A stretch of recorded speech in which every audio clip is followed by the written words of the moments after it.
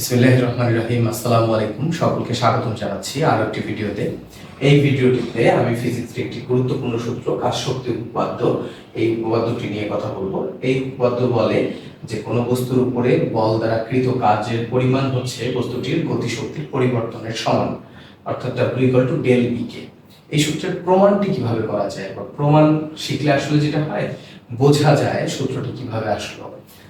আসলে এই সূত্রটি প্রমাণ করে ফিল করে বোঝা যায়।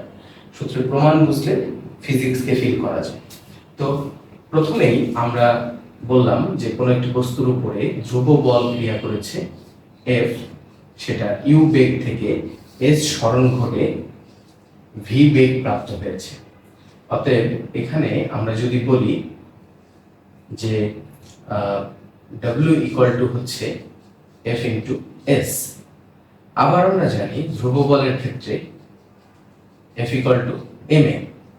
আমরা যদি এখানে ma বসিয়ে দিই ma ইন্টু এস, এখন গতির সমীকরণ থেকে আমরা জানি v² = u² + 2as। এখান থেকে আমরা as বলতে পারি v² - u²/2।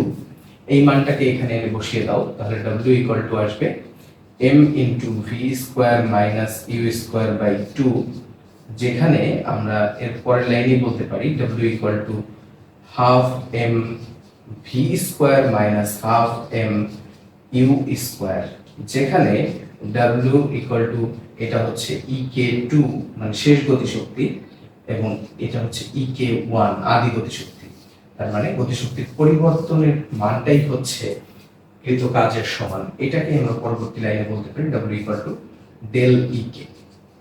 আশা করি সবাই বুঝতে পেরেছো। প্রতিটি পর্বে আমরা এরকম ছোট ছোট সূত্র প্রমাণ নিয়ে আসবো ইনশাআল্লাহ। সবাই ভালো থাকবে, আল্লাহ হাফেজ।